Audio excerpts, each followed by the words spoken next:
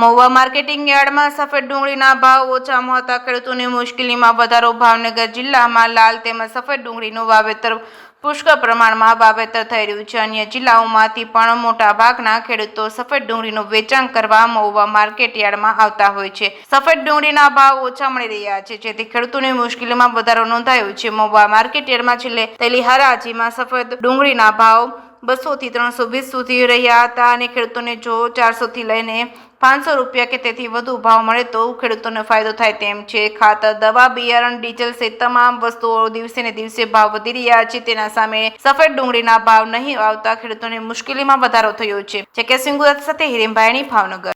હું જેસરનો ખેડૂત છું, પ્રવીણભાઈ પરસાણા, અને ડુંગળીના ભાવ મારે 282 રૂપિયા આવ્યા છે, પણ માલ પ્રમાણે ભાવ ઓછા છે અને ખર્ચા ખેડૂતને બહુ વધારે આવે છે, તો 360 લગી ભાવ આવવા જોઈએ, 400 થી 360 લગી। અત્યારે દવા એટલી બધી મોંઘી છે, ખાતર, ખેતી ખર્ચ, ડીઝલ મોંઘું છે, એટલે ભાવ સારા આવે તો ખેડૂતને કંઈક 2 પૈસા વધે, નકર ખેડૂત પાયમાલ થઈ જાય।